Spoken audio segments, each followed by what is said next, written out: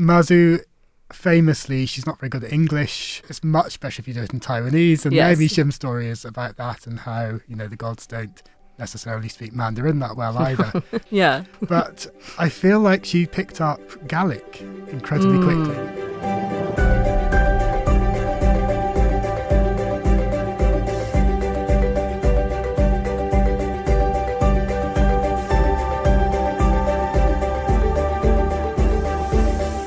Everyone, and welcome to Tales of Our Times. This is a show where we discuss the stories that move us, what makes them so meaningful, and why others could or should find meaning in them as well.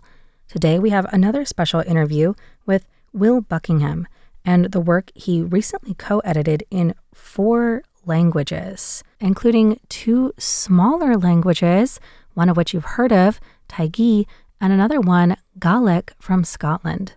I hope that you'll enjoy this interview as much as I did, and I'll see you next week. All right, and so welcome to the studio, Will Buckingham. Hello there, it's an absolute pleasure to be here in Taipei. So is there anything that you would like to say to introduce yourself first before we get into your work and your contribution? Yeah, sure. So I'm Will Buckingham. I'm a writer from the UK. And also an editor and a philosopher and a teacher. I also teach philosophy and creative writing. And currently I'm based down in Tainan. Wow. And I co-direct a small publishing company called Wind and Bones along with fellow writer Hannah Stevens. And so we're going to be getting into one of your most recent publications there, done at Wind and Bones. But I don't think we've ever actually been able to sit down with somebody who has played the role of an editor. Could you describe your role during the publishing process? What happens during that process of creating a book? I think editing is an incredibly pleasurable thing to be doing, to be working with writers, to really take their work and work together with them to shape it into the very best possible work it can be. In a way, the editor is a person who sits between you and your audience. It's like a proxy audience before you actually have the work out there, who's thinking about how this will read, thinking about what do you really want to say as a writer, and helping you bring that into focus. Yeah. Because I know as a writer that's not always clear. Or sometimes it's clear to you, but Yeah. you have such a strong vision in your head that it hasn't made it out onto the page. Like you feel like you've explained it clearly enough, and it's really just not coming across. Yeah, all the time. And Yes. it happens all the time to me as a writer. Yes. And so I think the art of editing is to help writers make those things explicit. I love that wording of the bridge between the audience and the writer, right? To try and help these two people meet together on the work. Yeah. And let's get into the work. So we're here today to talk about this book that you co-edited for your publishing house, Tâigael, Stories from Taiwanese and Gaelic, which I just learned before this. If you are an American audience like me, it is Gaelic, not Gaelic, because we're talking about Scottish stories. We are, yes. Not Irish stories. Yeah. But I wanted to know, before we kind of get into discussing a little bit more about the minutiae, could you give the listeners an introduction to what they could expect from Tâigael, Stories from Taiwanese and Gaelic? What does that mean? So the book is a collection of original fiction. We commissioned new stories from 4 writers, 2 in Scotland, 2 in Taiwan, all women writers. All of them write in their own mother tongues or write in minoritized languages. Our Scottish writers in Gaelic and our Taiwanese writers in Tâi-gí. And the book is an exercise not just in writing new and exciting fiction in these minoritized languages, but also in translation. So we worked together with the writers very closely. We got some funding from the Scottish Government, from the Scottish Connections Fund, and we got the writers together to talk about the kind of stories they're interested in, talk about the complexities of writing in smaller languages, like Tâi-gí and Gaelic. And then we worked collaboratively as a team to translate those stories. So the Tâi-gí stories were translated into Mandarin and into English. And those English versions were translated into Gaelic. And then our Gaelic stories were translated by the writers into English. We commissioned our friend Sheng Qishu to translate those into Mandarin. And then our Taiwanese Tâi-gí writers translated those stories into Tâi-gí. So each story is in 4 languages. Yes. And we have 4 writers. So 4 languages, 4 stories, 4 writers. So that immediately tees up the next question I wanted to ask you. This struck me immediately as a very ambitious project. And I think you've just illustrated that beautifully as to like how many steps were involved for each of these stories. What inspired this project? Because it is very involved. So shortly after we'd arrived in Taiwan, so myself and Hannah, who's the other co-editor, we were at a conference on minoritized languages in 2024. And so there was a lot of presentations about Tâi-gí, about Hakka, about indigenous languages in Taiwan. Yes. But there were also some delegates from the UK talking about Gaelic and Welsh and Scots. And we started thinking, because of that, we got into lots of conversations about those similarities between the experiences of historically of Gaelic speakers in Scotland and of Tâi-gí speakers here. Yeah. And we thought, how about we bring these 2 things together? We're both Hannah and I are English, but we're new immigrants to Scotland, so we consider ourselves new Scots. Wyndham Bones is based in Scotland as a company, but now we're living in Taiwan, so we're sort of double immigrants. In places where there's a language diversity which feels familiar, perhaps, on some levels. Familiar, perhaps, between Taiwan and Scotland, but also is perhaps not that familiar to our fellow English people down in England. Right. So we were just really excited by those connections. And then we saw this small fund from the Scottish government. And initially it was going to be a small pilot project.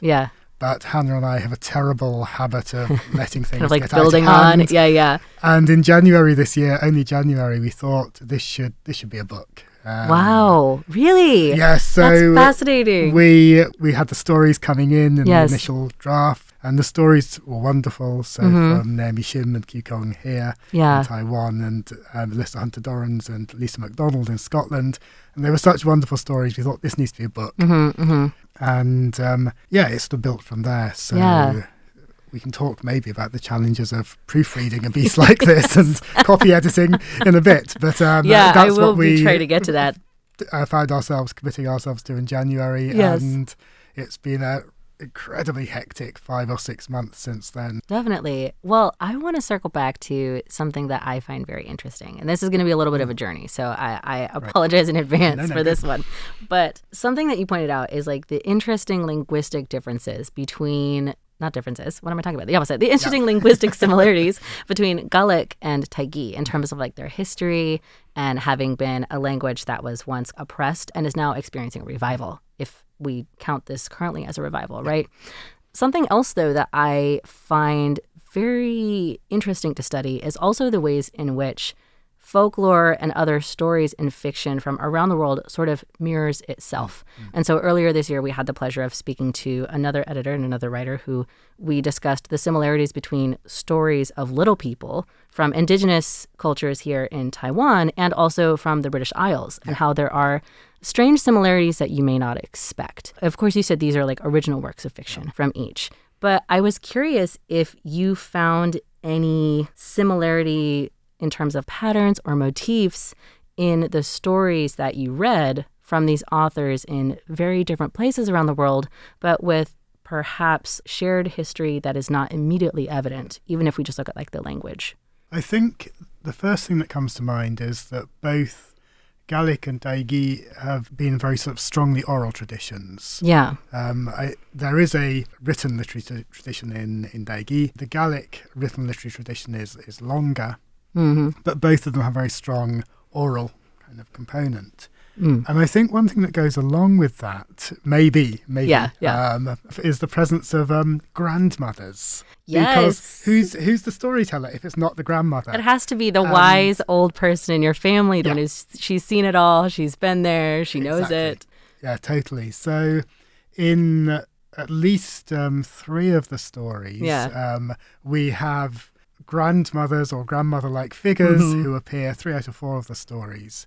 And I feel like there's a natural kinship between the fierce grandmother in Scotland at the Hogmanay party and the grandmother uttering prophecies by the U-bike stand in Kyukyong's story, and the ama who's speeding around with her granddaughter and the scooter in Naomi Shim's story. Yeah. So that's one theme. And we were interested by the way we didn't sort of set an agenda for the stories. Yes. We said to the writers, this is us, this is what we're doing, write a story, whatever you like. And we were surprised by the feelings of cross-currents between the stories. Sometimes they were more thematic, like underlying questions of the possibility and threat of violence, which were there strongly in some stories, but also, I think, a sense of mood and feel. Yeah, kind of those things that are like, I won't say they're impossible to tell someone to do, but it's very hard to give someone that instruction and see it play out naturally. It's something that often kind of feels like it works its own way out of a piece. Yeah, and I think particularly those connections, and because these are oral traditions, that our language is where the oral traditions are much stronger. So, for example, the story about Mazu, the sea goddess. Mazu, famously, she's not very good at English. No. You go to the temple and you ask Mazu, and it's much better if you do it in Taiwanese. And Naomi Shim's story is about that and how, the gods don't necessarily speak Mandarin that well either. So we should stick to Tâi-gí. Yeah. And I think that's, Mazu probably doesn't speak English very well, but I feel like she picked up Gaelic incredibly quickly. She felt very natural in Gaelic. Yeah. I don't quite know what I mean by that, but I feel like there's a sense of it's just that sort of shared world, shared kind of world of feeling between the Tâi-gí stories and the context of Tâi-gí stories and the Gaelic stories. Well, actually, that gets to another question that I wanted to ask you. Something that I find really interesting whenever we get around to this topic of like stories coming from one specific culture and stories that are like rooted in that culture, including in the language of that culture, is just this thing you're talking about now. Like there's this sort of like feeling that comes along with it. So what importance do you think that there is in having these stories published in people's original or mother tongue? Yeah, it's a really good question. One thing I think is that in that translation process, there's a sense of broadening the possibilities of expression within that language. We've worked before in Bulgaria, and Gàidhlig, one of our Bulgarian writer friends, has talked very interestingly about the challenges of writing in a small language. And I think another Bulgarian writer, Nadia Radlova, has talked about how she tries to find more elbow room within that language. Yeah.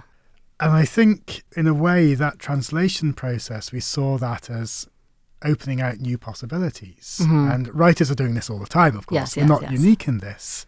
But in translating something from a Scottish Gaelic context into Taiwanese, we're playing with what it's possible to say and how it's possible to bring those contexts into the Taiwanese language. And the same with Taiwanese from Taiwanese into Gaelic.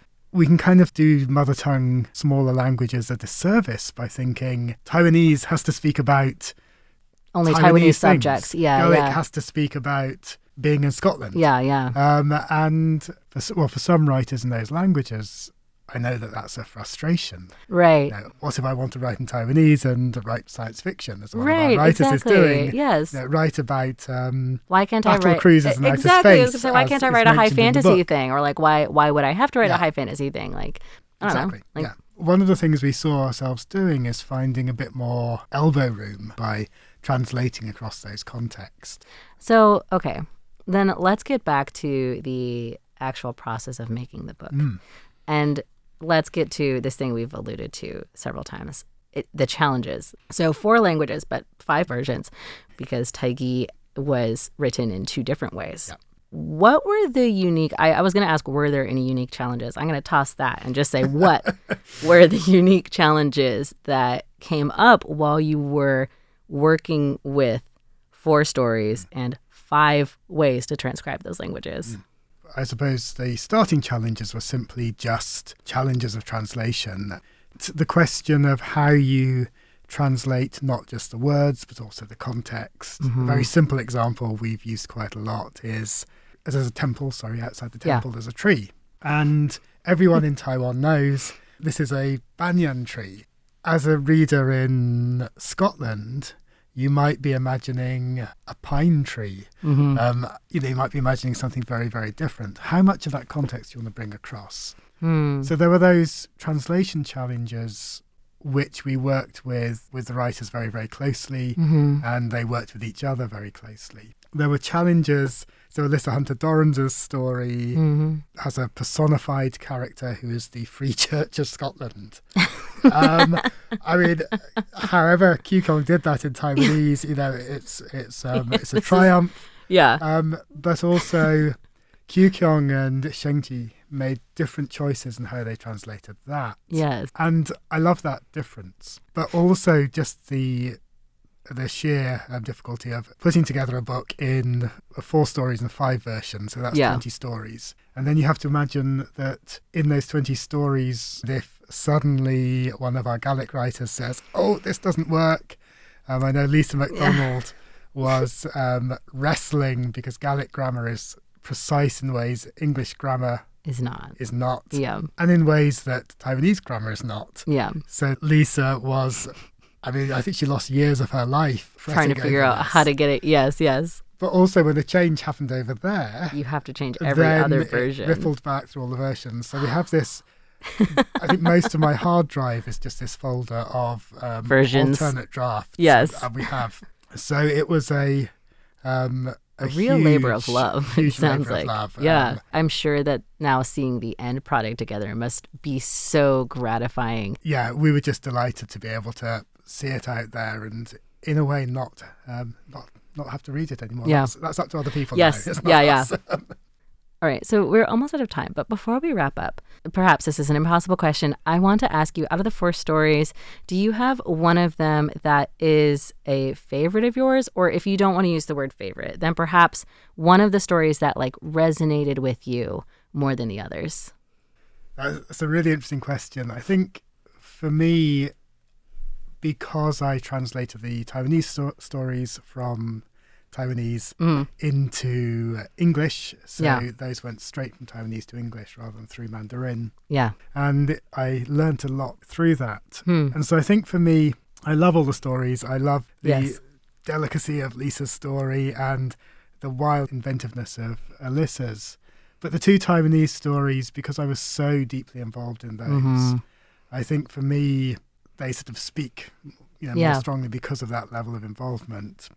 So my background is also in anthropology, and so I have a particular interest in Taiwanese religion. So I loved Naomi's evocation of the grandmother and Mazu and this strange temple goings-on that were happening in her story. The narrator wakes up with a lump in her mouth. She's going to go to the doctor, but her grandmother says, no, you don't need the doctor. Who do you need? You need Mazu. You need Matsu, So they go down to the temple and all of this mayhem unfolds there. Yeah. And I love that story for its sense of mischief. And so that was a delight to translate. And also Q-Kyong's story, I thought, was a beautiful evocation of a kind of sense of alienation and desire for connection. And a world where things don't quite meet up. And it ends in this terrible act. But it's written with considerable delicacy and grace. And that was a lot of fun to translate as well. Yeah, what a challenge it must have been. Well, thank you for your time. This has been a really fun discussion for me. I've loved learning more about this. Where could people find these books if they want to read them? Great. So you can buy the book direct from us, books.windandbones.com. There's also audio. So Creative Scotland gave us a grant for the audio. Oh, yes. So you can listen to all the stories for free on Taigael.com. It's also available from global distributors and stockists. It's published in the UK, so distribution here is being a little bit slower. But if you want to get your hands on it really quickly, come to books.windandbones.com and you can have the book in your hands in 24 hours. Excellent. Well, and I think this is one of those few books where I could say, I feel like there's very little excuse not to read it because, as we've said, it is in 4 languages and it is transcribed in 5 different ways. So you can pick how you would like to engage with these stories. It's 4 wonderfully creative short stories. But thank you so much for coming in and talking with us, Will Buckingham, the co-editor of Tâigael And thank you to all you listeners out there. This has been Tales of Our Time on Radio Taiwan International. I was your host, Amanda Stevens. And today, as I said, we were talking about Tâigael, stories from Taiwanese and Gaelic, a tale of our time. And we'll see you next time.